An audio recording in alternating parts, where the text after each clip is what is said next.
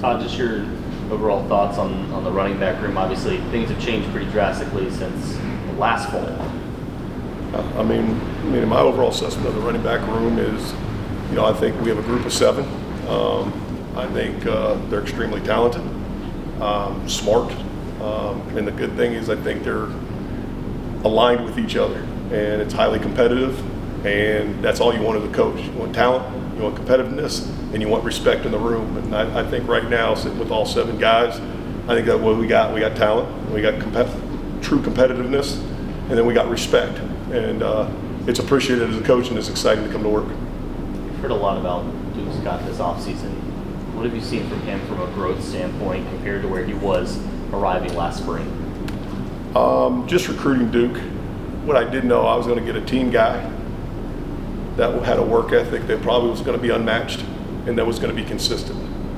Now, you're hoping that all that tailors into becoming a really good football player.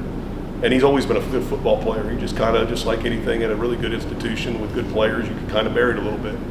But as a young guy, instead of worrying about that, he just went to work like I knew he would when I recruited him. And people are now, it's not new to me, but it's new to others, kind of who he is, what he stands for, and how he goes about his business. And I'm excited to see him, go out there and perform with his brothers.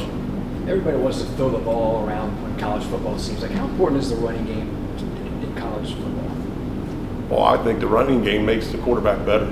I really do. As an ex-quarterback, you've got a solid running game, an efficient running game, and I know Coach Roper does a wonderful job with that, of establishing the run and the mentality, run first. Doesn't mean we're going to run the ball every play, but it's that mentality. But I think if you can run the ball effectively, what you do is you allow the quarterback to play at even a higher standard than the good one that we already have. So that's my opinion. Speaking of Coach Roper, how has this offseason been different as he implements his scheme into the offense as a whole? Coach Roper has an innate ability to allow players to feel like they overachieve. And whether it's an install, whether he teaches it, how he motivates, how he relates. Been around him for a while, had a lot of respect for him, but he has an innate ability to want players to overachieve, not only for themselves, but for him, the coaching staff, and their teammates, which is pretty impressive. How difficult is it to find walk-on punters and kickers and turn them into successful scholarship punters and kickers in college? It's becoming almost non-existent nowadays with the way the demographics going and the dynamics going. But I think our resume and the respect people have for what we've done around the country in developing, just like Coach Dorn, it's from the top down. This is a development program.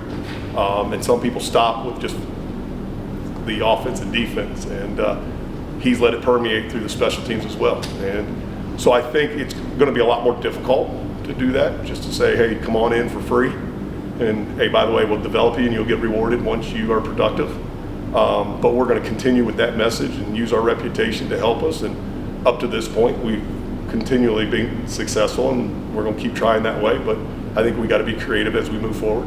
Whether it's the return game or as a running back, how do you see Jonathan Taylor making an impact? Yeah, Jonathan's been fun. He's fun to coach. We all know he's dynamic. We all know he's fast. And what I've learned real quick, being around him more and more, is the kid just wants to be good. And he's got a thirst for knowledge. He's got a thirst to be better. And anytime as a coach, you get to coach a young man just like the rest of the running back room. They just want to get better and improve. You got a chance, especially with AI talent. Hollywood wasn't able to play his senior year and then redshirted at Oklahoma. How much difference do you see that he's had stability the last year and a half at NC State? He's got ownership in his performance. He's got confidence from his teammates. And for the first time, I'll say this, I think he's kind of an extension of me now. And as a coach, you're hoping the guy that's the veteran can be an extension of you in regards to helping younger guys and those things. And he loves football, and talented, but loves football. And it's been refreshing, and it keeps him busy too, which he loves to be busy. I know it's early, but what does the pecking order look like when it comes to the return game right now? I think we have really talented guys back there. You saw who they were. They're all competing right now. We got one guy with experience, 3 guys with talent, And it's my job, Coach Norton's job, and the staff's job is to keep evaluating, and it comes down to decision making and trust. We'll have plenty of talent, but as we all know, we got to come down to decision making and trust, so we have the football at the end. And we'll make the right decisions, and we'll put another good one out there. Thanks, Coach.